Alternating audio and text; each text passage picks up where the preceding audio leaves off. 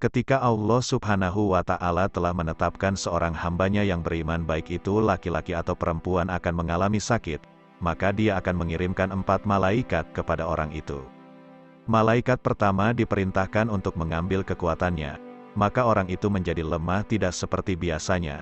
Malaikat kedua diperintahkan untuk mengambil selera makannya dari mulutnya, maka ia jadi enggan makan walau terkadang merasa lapar. Malaikat ketiga diperintahkan untuk mengambil kecerahan wajahnya, maka orang-orang di sekitarnya akan melihat bahwa ia sangat pucat.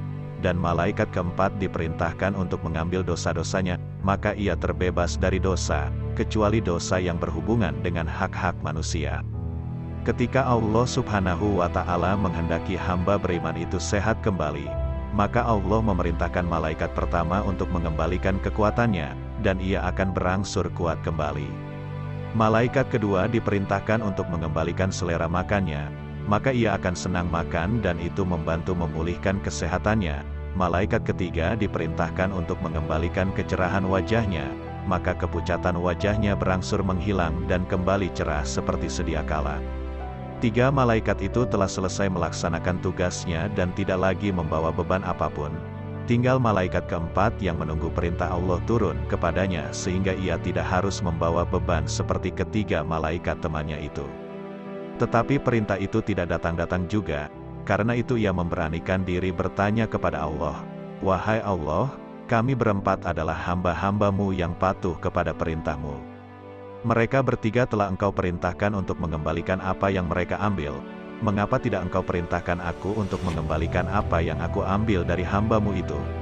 Allah Subhanahu wa Ta'ala berfirman, "Kemuliaan yang aku miliki tak pantas membuatku menyuruhmu untuk mengembalikan dosa-dosanya, setelah aku membuatnya kepayahan karena sakit yang dialaminya."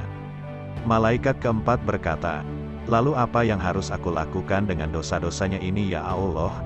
Allah berfirman, "Pergilah engkau ke laut dan buanglah dosa-dosanya di sana." Malaikat keempat segera turun ke laut dan membuangnya di sana, dan ia terbebas dari beban sebagaimana ketiga malaikat temannya. Kemudian dari dosa-dosa yang dibuang tersebut Allah menciptakan buaya laut. Wallahu alam.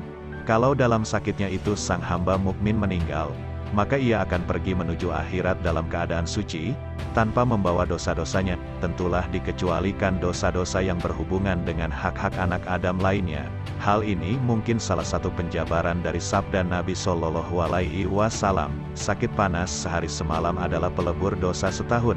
Dalam riwayat lainnya, Nabi Muhammad Shallallahu Alaihi Wasallam menjelaskan bahwa ketika seorang hamba mukmin sakit dan ia tidak bisa mengerjakan amalan-amalan istiqomah yang biasa dilakukan waktu sehat, maka Allah Subhanahu wa Ta'ala memerintahkan malaikat mencatat pahala dari amal-amal kebaikan tersebut untuknya, walau ia tidak bisa mengerjakannya karena sakit yang dideritanya itu.